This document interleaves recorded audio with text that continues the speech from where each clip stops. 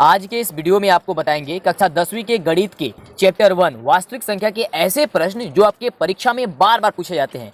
बहुत ही मजा आने वाली है इस वीडियो में। आपको एक एक पॉइंट्स को बहुत ही बारीकी से समझाया गया है। अगर आज का ये वीडियो आप पूरा देख लेंगे ना तो आपको लगेगा कि हाँ, पढ़ाई ऐसी होनी चाहिए और पढ़ाई हमें ऐसी ही करनी चाहिए। बहुत ही मजा आने वाली है और वह सभी प्रश्न आपके परीक्षा में बार बार पूछे जाते हैं। तो हम चाहेंगे कि आप इस वीडियो में बने रहिए और वीडियो को पूरा जरूर देखिए। तो अभी वीडियो को लाइक करें और चैनल पे पहली बार आए हैं तो सब्सक्राइब करके नोटिफिकेशन बेल आइकन को ऑन करें, तो ही आपको आगे से वीडियो मिल सकेगी। सबसे पहला प्रश्न है, दो परिमेय संख्याओं के बीच कितनी परिमेय संख्या हो सकती है। बहुत ही अच्छा प्रश्न है और आपके परीक्षा में बहुत बार पूछा जाता है। आपको बता दें कि किसी भी प्रश्न को सॉल्व करने से पहले उस प्रश्न को बहुत ही अच्छे से समझना होता है। यदि आप प्रश्न को अच्छे से समझ जाइएगा तो किसी भी प्रश्न को आसानी से उसका उत्तर बताने में कोई दिक्कत नहीं होगा। आइए समझते हैं कि यह प्रश्न जो है वह क्या बोल रहा है। तो प्रश्न में सबसे पहले ही बताया गया है कि दो परिमेय संख्याएं, दो परिमेय संख्या, यानी कि सबसे पहले हमें ये चीज की जानकारी होनी चाहिए कि परिमेय संख्या कहते किसे हैं। तो वैसी संख्या जिसे p बाई क्यू के रूप में लिख सके, जहां p और q दोनों जो होती है वह पूर्णांक होती है तथा q बराबर 0 नहीं हो, वैसी संख्या को हम लोग क्या कहेंगे, तो परिमेय संख्या कहते हैं। अब यह तो आप आसानी से समझ गए होंगे कि परिमेय संख्या कहते किसे हैं। अब आगे प्रश्न में यह बोल रहा था कि दो परिमेय संख्याओं के बीच कितनी परिमेय संख्या जो है वह निकाली जा सकती है या होती है। तो देखिए, दो परिमेय संख्याओं के बीच अनगिनत या अनंत परिमेय संख्याएं हो सकती है, यानी कि इसका उत्तर क्या हो जाएगा, तो ऑप्शन नंबर डी जो होगा वह सही उत्तर हो जाएगा कि दो परिमेय संख्याओं के बीच अनगिनत परिमेय संख्याएं होती है। आपको एक एक पॉइंट समझाने का प्रयास करेंगे, बस आप हमारे साथ इस चैनल से बने रहिएगा। तो अभी तक इस चैनल को सब्सक्राइब नहीं किए हैं तो जल्दी से कर लीजिए, और वीडियो को लाइक भी नहीं किए हैं तो लाइक तो करना आपके लिए बहुत ज़रूरी है, क्योंकि लाइक करेंगे तो हमारा मनोबल बढ़ेगा और आप सभी के लिए बहुत ही अच्छे से हम कार्य कर सकेंगे, आपको बहुत अच्छे से पढ़ा सकेंगे। ठीक है, चलिए अगला देखिए प्रश्न क्या बोल रहा है। अगला जो प्रश्न है वह प्रश्न बोल रहा है कि 11/15 यानी कि 11/15 का दशमलव जो प्रसार होगा वह क्या होगा। अब देखिए, अब 11/15 का दशमलव प्रसार ज्ञात करना है, यानी कि आपको यह बताना है कि दशमलव प्रसार इसका शांत होगा या अशांत होगा, या शांत या अशांत दोनों होगा, या इनमें से कोई नहीं होगा। ये चार जो है ऑप्शन आपको दिया गया है। अब आपको ये बताना है। तो देखिए, इसको बताने के लिए क्या किया जाता है, जो भी हर होता है उस हर का गुणनखंड करते हैं। जैसे कि यहाँ पे 11/15 है तो ऊपर वाले को हम लोग अंश बोलते हैं, इस चीज को तो आपको पता है ही, और नीचे वाले को हम लोग क्या कहते हैं, हर बोलते हैं। तो हर का हम लोग गुणनखंड करेंगे। अगर हर के गुणनखंड में 2 आ जाएगा या 5 आ जाएगा, या दोनों ये संख्या साथ में आ जाती है तो यह शांत होगी, अन्यथा यह अशांत हो जाएगी। इस चीज को आप याद रखिएगा। जब भी आप हर का गुणनखंड करेंगे तो हर के गुणनखंड में यदि 2 आएगा या 5 आएगा तो अब तो वह शांत होगी, नहीं तो वह अशांत हो जाएगी। इस चीज को ध्यान में रखिएगा। चलिए आइए इसके हर का गुणनखंड करते हैं। तो यहाँ पे देखिए 15 दिया गया है। 15 जब दिया गया है तो 15 जो हर है उसका गुणनखंड करेंगे तो यह 2 से तो डिवाइड होगा नहीं, एक ही बार ये डिवाइड होगा, किसे, 3 से होगा। तो 3 से डिवाइडिंग होगा, कितना बार में ये डिवाइड होगा, तो 5 बार में होगा, यानी कि 3 में 5 से गुणा कीजिएगा तो ये 15 हो जाएगा, यानी कि 3 से जो है ये डिवाइड हो जाएगा। उसके बाद से किससे होगा, तो ये 3 से अब नहीं होगा, अब 5 से होगा। तो आप ये देख रहे हैं जब इसका गुणनखंड किए, यानी कि 15 का जो गुणनखंड निकल के आएगा वह 15 का गुणनखंड क्या निकल के आएगा, तो आपका निकल के आएगा 3 × 5। जब हम लोग गुणनखंड किए तो यहाँ पे 5 तो आया है, लेकिन इसमें क्या आ गया है, 3 आ गया है। तो आपको हम पहले बताएं कि किसी भी हर के गुणनखंड में, किसी भी परिमेय संख्या के हर के गुणनखंड में यदि 2 या 5 आता है तो ही वो जो होती है वह शांत होती है, अन्यथा वह क्या हो जाएगी, अशांत हो जाएगी। तो ये आप देख रहे हैं कि यहाँ पे 3 आ जा रहा है। तो जब ये 3 आ जा रहा है तो कैसे ये शांत होगी, ये शांत नहीं होगी, यानी कि यह अशांत हो जाएगी, यानी कि ऑप्शन बी जो होगा इसका सही उत्तर हो जाएगा। ठीक है, बहुत ही अच्छे से आपको समझ में आ रहा होगा और एक एक पॉइंट्स को आपको बहुत ही अच्छे से क्लियर हो रहा होगा। चलते हैं अगले प्रश्न की ओर, देखते हैं कि अगला प्रश्न जो है वह क्या है। तो देखिए अगला जो प्रश्न है, यह प्रश्न बोल रहा है कि निम्नलिखित में कौन अपरिमेय संख्या है। अब देखिए, हम लोग तो परिमेय संख्या पे बहुत सारी बात किए, अब ये बोला कि कौन अपरिमेय संख्या है, तो हमें इस चीज की जानकारी तो होनी चाहिए कि अपरिमेय संख्या कहते किसे हैं। तो देखिए, वैसी संख्या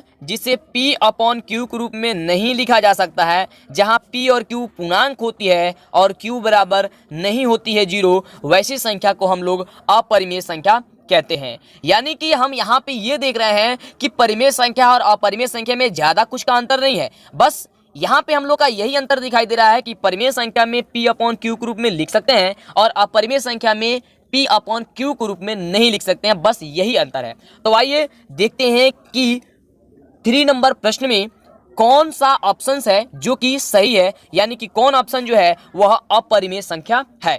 यहाँ पे सबसे पहला ऑप्शन बोल रहा है कि अंडर रूट 64/36, यानी कि जो पहला ऑप्शन है वो आपका बोल रहा है कि 64/36 जो है ये दोनों जो है वो आपको क्या है, रूट में है। तो इसे हम लोग रूट से बाहर करेंगे। अब रूट से बाहर कैसे किया जाता है, आप तो छोटे क्लास में बहुत ही अच्छे से पढ़े होंगे, ये हमें उम्मीद है, और बहुत ही मजेदार होता है बाहर करना, ये तो बहुत ही आसान होता है ना। तो आप देख रहे होंगे कि 64 को जो है आप क्या लिख सकते हैं, तो 64 को आप लिख सकते हैं 8 × 8, यानी कि 8 में 8 से गुना कीजिएगा तो 64 प्राप्त हो जाएगा। और 36 को क्या लिख सकते हैं आप, 6 × 6 लिख सकते हैं, यानी कि 6 × 6 लिख सकते हैं, तो हमारा 36 आ जाएगा। अब आप जानते हैं कि रूट से जब बाहर किया जाता है तो 2 में से 1 को बाहर कर दिया जाता है, यानी कि 8 2 है तो 8 2 है तो उसमें से 1 चला आएगा, और 6 2 है इसमें से 6 चला आएगा, ठीक है। यानी कि 8 अपॉन क्या आ जाएगा, 6 आ जाएगा। अब 8/6 आ जाएगा तो इसे आप छोटे रूप में भी बदलना चाहते हैं तो बदल सकते हैं, 4/3 आ जाएगा। इस भी रूप में आप लिखेंगे तो कोई दिक्कत नहीं है। अब यहाँ पे ये देख रहे हैं कि ये p/q के रूप में है, यानी कि p/q के रूप में है, और q का जो मान है वो क्या है, 0 नहीं है। तो अब तो ये तो परिमेय संख्या हो गई, ये तो परिमेय संख्या हुई नहीं। हम लोग को बताना क्या है कि अपरिमेय संख्या होनी चाहिए, ये तो हम लोग को परिमेय संख्या हो गई 4/3 जो है, ठीक है। तो इसे जो ये अपरिमेय संख्या नहीं हुई, यानी कि ये परिमेय संख्या हो गई, तो इसे हम लोग छोड़ देंगे। अगले नंबर ऑप्शन की ओर बढ़ते हैं। तो अगला जो ऑप्शन है वह कह रहा है 81। तो 81 को आप क्या लिख सकते हैं, 81 को आप लिख सकते हैं 9 × 9। तो 9 × 9 जो है अब इसे बाहर कीजिएगा तो 9 प्राप्त होगा। अब जब आपको 9 प्राप्त हो जाता है तो 9 को 9/1 से लिख सकते हैं। जब 9 को 9/1 लिख सकते हैं तो ये p/q के रूप में हो गया। जब ये p/q के रूप में हो गया तो ये आप देख रहे हैं कि क्या ये तो परिमेय संख्या हो गई, तो ये आपका ऑप्शन होगा नहीं। चलिए अगले नंबर ऑप्शन की ओर बढ़ते हैं। तो यहाँ पे आप देख रहे हैं कि रूट 2.5 है। अब रूट 2.5 है, इसे आप अलग कीजिएगा हो तो जाएगा, लेकिन आपको पॉइंट्स में आएगा। जब आप ये पॉइंट्स में आप देख रहे हैं कि पॉइंट्स में आ जाएगा तो ये क्या हो जाएगी, आपकी यही अपरिमेय संख्या हो जाएगी। यानी हम इसे p/q के रूप में नहीं व्यक्त कर सकते हैं आसानी से। जब हम उसे p/q के रूप में नहीं व्यक्त करेंगे तो हमारी वो क्या हो जाएगी, वह अपरिमेय संख्या हो जाएगी। यानी कि ऑप्शन जो सी है इसका करेक्ट आंसर है, यानी कि सही उत्तर है, ठीक है। चलिए अगला जो ऑप्शन इसमें का बोल रहा था उसे भी समझा देते हैं। उसका देखिए बोल रहा है कि अंडर रूट 49/9 है। देखिए अब 49/9 जो है इसको क्या कीजिए, जब अलग अलग कीजिएगा तो 49 को कीजिएगा तो क्या होगा, 7 होगा, यानी कि रूट 7 × 7 हो जाएगा। और नीचे क्या है, 9 है, यानी कि 9 का जब कीजिएगा तो 3 × 3 हो जाएगा। यानी कि जब इसे बाहर कीजिएगा तो 7/3 क्या हो जाएगा, 3 आ जाएगा, यानी कि 7/3 के रूप का आ जाएगा। तो यहाँ पे हम लोग देख रहे हैं कि ये परिमेय संख्या है, क्योंकि इसे p/q के रूप में, यानी कि p/q के रूप में हम लोग लिख दिए हैं, ठीक है। यानी कि इसका उत्तर हम लोग का क्या हो जाता, 2C नंबर ऑप्शन जो है वो हो जाएगा, यानी कि अंडर रूट 2.5 जो इसका सही उत्तर हो जाएगा, ठीक है। अब आप समझ चुके होंगे कि परिमेय संख्या किसे कहते हैं, अपरिमेय संख्या किसे कहते हैं, शांत कब होगा, अशांत कब हो गया। बस इसको इतने अच्छे से आपको इसलिए समझाएं क्योंकि इससे बहुत ज्यादा प्रश्न आता है।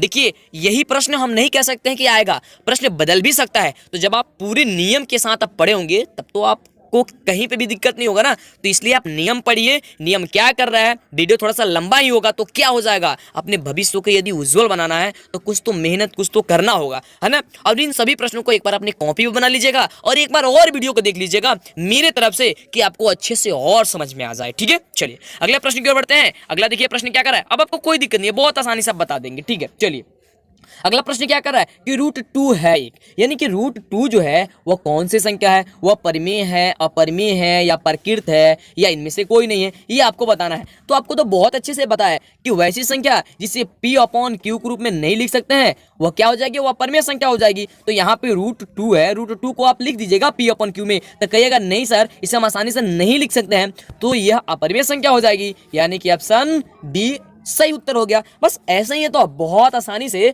और बहुत अच्छे से आप क्लियर जो है वो करते चले जाइएगा। बहुत ही मजेदार सब प्रश्न है और बहुत ही अच्छे से आपको समझा रहे हैं, ठीक है, ये आपको पता चल रहा है। तो वीडियो को लाइक नहीं करते यार, लाइक करो, वीडियो को लाइक करो, ठीक है। कमेंट में बताओ कि कैसे वीडियो लग रहा है, कैसा वीडियो है, दोस्तों के साथ शेयर करो, पढ़ाई अभी से करो, बेहतरीन करो। किसी प्रकार की प्रॉब्लम हम आपके साथ हैं, बस नीचे डिस्क्रिप्शन में लिंक मिलेगा, सब वीडियो देखिए और नीचे कमेंट बॉक्स आपके लिए बना हुआ है, कमेंट करके में बताइए क्या प्रॉब्लम हो रही है। जो भी प्रॉब्लम होगा, जो भी समस्या होगी, हम आपका समाधान करेंगे, ठीक है।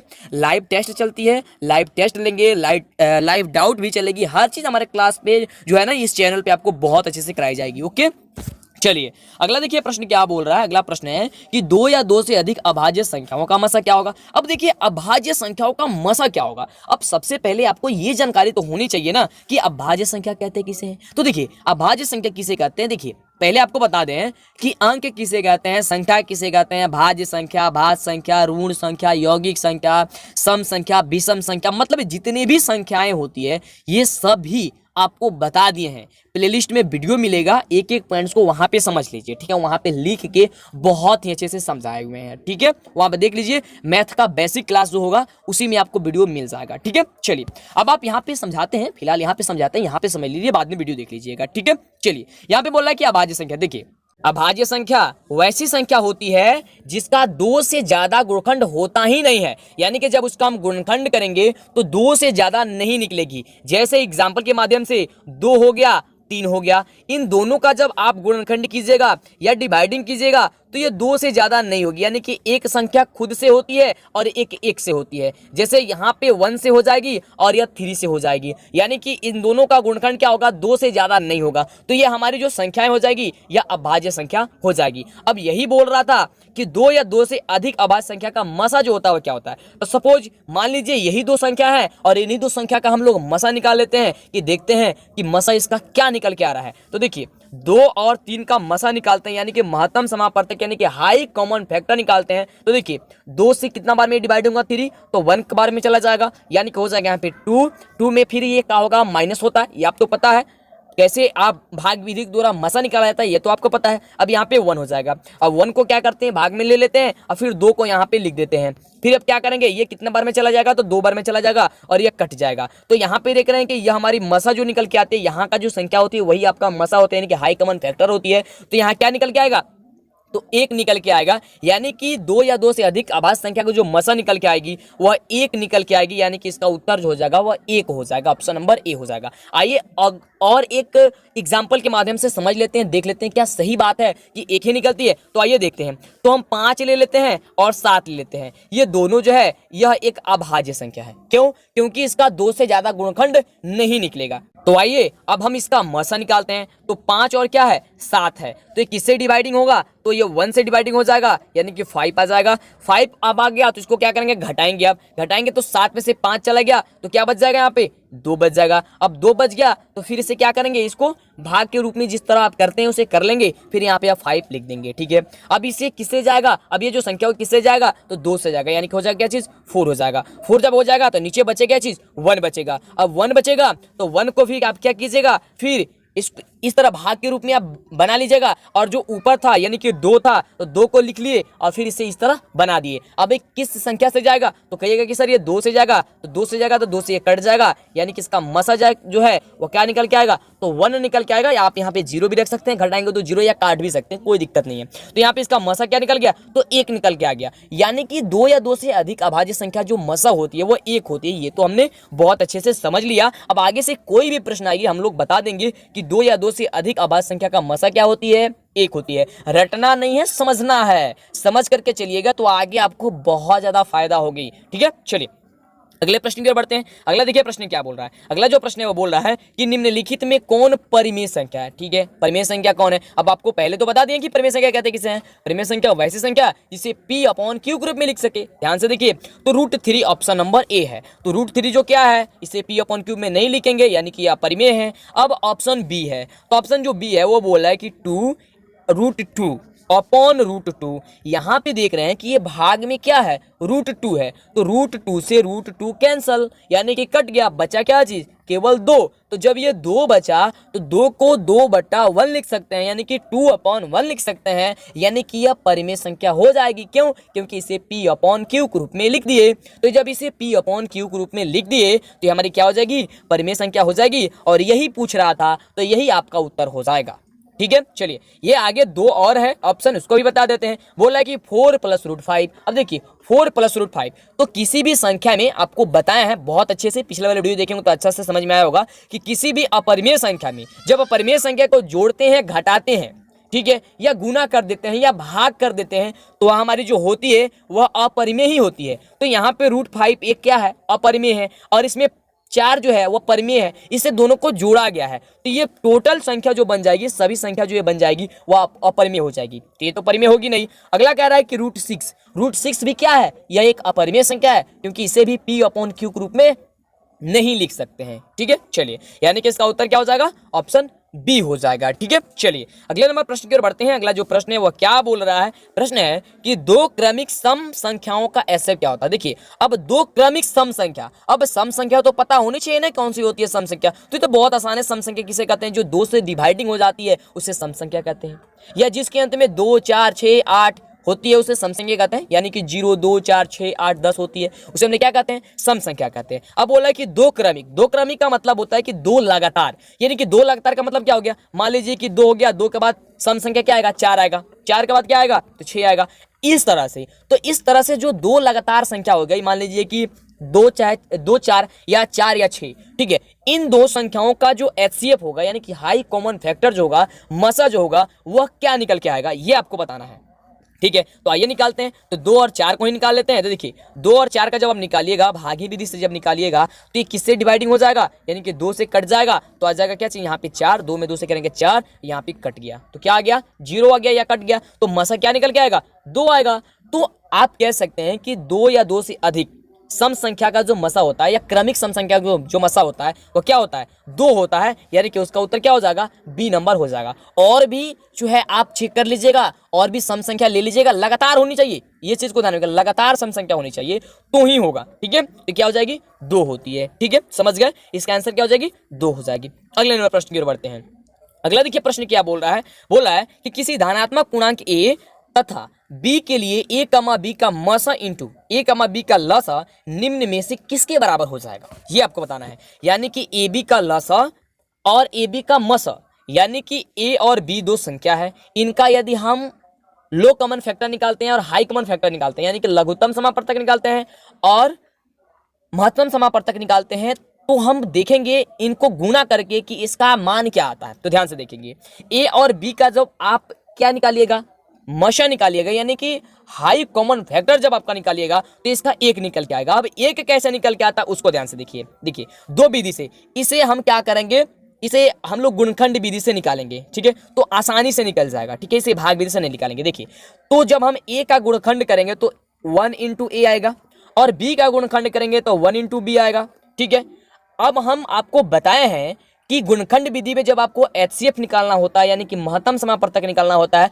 तो महत्तम समापवर्तक वही होता है जो दोनों में कॉमन होता है, या 3 संख्या हो तो तीनों में कॉमन होना चाहिए। तो यहाँ पे कॉमन कौन है, यानी कि मिलता जुलता कौन है, 1 है, यानी कि इसका महत्तम समापवर्तक क्या हो जाएगी, 1 हो जाएगी। और आपको बताए थे कि लघुत्तम समापवर्तक यानी कि लो कॉमन फैक्टर जो होगी वह क्या होगी, तो जो कॉमन है उसको और जो नहीं कॉमन है उन सभी को गुना करेंगे, तो जो हमारा मान आएगा वो हमारा क्या हो जाएगी, वो लो कॉमन फैक्टर हो जाएगी, यानी कि हमारा लघुत्तम समापवर्तक हो जाएगी। तो यहाँ पे देखिए 1 कॉमन है, यानी 1 मिल रहा है, तो 1, और a और b नहीं मिला, यानी कि a × b हो जाएगी, यानी कि 1 में अब ab से गुना करेंगे तो क्या हो जाएगी, ab आएगी। यानी अब हमने ये देखा कि जब हमने इसका HCF निकाला तो 1 आया, और LCM जब हमने निकाला तो AB आया। अब प्रश्न में हमको ये बोल रहा था कि दोनों का गुणनफल क्या होगा, यानी कि गुना का यहाँ पे सिंबल जो है क्या दिखाई दे रहा था, गुना का सिंबल दिखाई दे रहा था। तो आइए 1 में AB से गुना करेंगे तो क्या होगा, तो AB ही आएगा, AB आएगा या a × b आएगा, बात तो वही है। यहाँ पे हम दोनों को ये मल्टीप्लाई का जो सिंबल है उसको हटा दिए हैं तो AB हो गया है, अब मल्टीप्लाई का सिंबल नहीं हटा है तो a × b आ गया।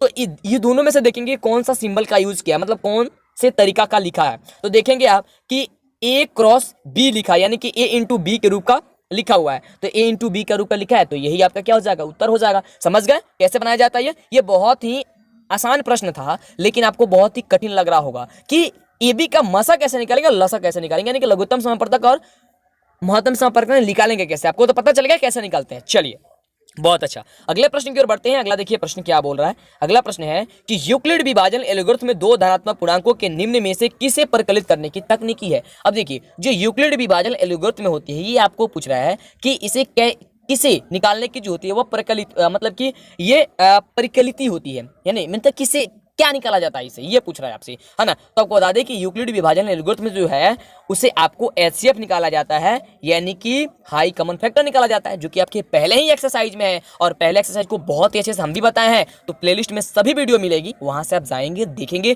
एक एक पॉइंट्स को एक एक चीज को बहुत अच्छे से कराई जा रही है। और हमारे इस चैनल पे आपको सभी सब्जेक्ट की तैयारी कराने वाले हैं और आपको टॉपर बनाने की गारंटी हमारी है, आपको टॉपर हम बनाएंगे, पूरी तैयारी चल रही है। नीचे डिस्क्रिप्शन में पीडीएफ मिलेगी, पीडीएफ ले लीजिए, लाइव क्लास लीजिए, डेली क्लास लीजिए। एक भी दिन क्लास छोड़िएगा तो बाबू आपको दिक्कत होगा।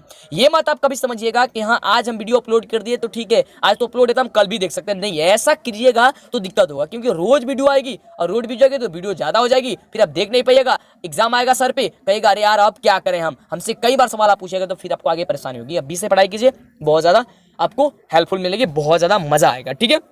चलिए अब इसका उत्तर जो हो जाएगा क्या हो जाएगा, तो मसा हो जाएगी, यानी कि क्या हो जाएगी, महत्तम समापवर्तक हो जाएगी, यानी कि इसका उत्तर क्या हो जाएगी, बी हो जाएगा। ऑप्शन नंबर बी सही उत्तर हो जाएगा, ठीक है। चलिए अगले प्रश्न की बात करते हैं, देखते हैं अगला प्रश्न जो है वह क्या बोल रहा है कि पाई है, यानी कि जो पाई होती है वह है क्या है, परिमेय संख्या है या अपरिमेय संख्या है या पूर्ण संख्या है या इनमें से कोई नहीं है। तो परिमेय संख्या तो आपको समझाएंगे परिमेय कब होती है, अपरिमेय कब होती है। अब यहाँ पे पूर्ण संख्या बोल रहा था, पूर्ण संख्या कब होती है, जब वो जीरो से शुरू होती है, किसी संख्या को जीरो में, यानी कि जब हम गिनती जब शुरू करते हैं या कोई भी संख्या हो उसमें हम जब जीरो को सम्मिलित कर देते हैं तो हमारी संख्या जो बनती है वो पूर्ण संख्या बनती है। इस चीज को याद रखिएगा कि पूर्ण संख्या कहते किसे हैं, ठीक है, ये चीज आपको समझ में आ गई। फिलहाल बात करते हैं इसके प्रश्न पे। तो प्रश्न ये बोल रहा है कि पाई क्या है ना। तो पाई आपको बता दें कि पाई एक अपरिमेय संख्या होती है, यानी कि ऑप्शन बी जो है वह इसका सही उत्तर हो जाएगा। अब क्यों होती है ये वीडियोस में आपको हम नहीं बताएंगे, बाद में आपको कभी हम बता देंगे। बहुत ही अच्छा प्रश्न है, बस आपको याद करके रखना है कि पाई जो है वो एक अपरिमेय संख्या होती है। चूंकि वीडियो बहुत ही लंबा हो गया तो आप हमें नीचे कमेंट बॉक्स में यह जरूर बताइएगा कि आपको यह वीडियो कैसा लगा हुआ है, ताकि हमारा मनोबल बढ़े, हम आप सभी के लिए अच्छे से अच्छे वीडियो और भी बेटर तरीके से समझा सके। और इसे लाइक बिना किए नहीं जाइएगा, लाइक जरूर कर दीजिएगा और डेली जो भी वीडियो आती है देखिएगा और अपने दोस्तों में इसे शेयर जरूर कीजिएगा। इसी के साथ वीडियो को एंड करते हैं। बहुत बहुत धन्यवाद आप सभी का वीडियो देखने के लिए। फिर मिलेंगे इसके नेक्स्ट पार्ट में, ये पार्ट आपका 1 था।